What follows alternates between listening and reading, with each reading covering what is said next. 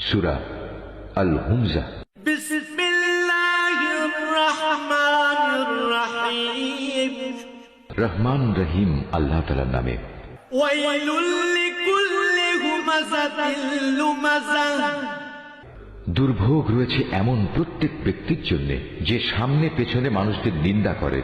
আল্লাযী জামাআ মালান ওয়া আদ্দাদাহ।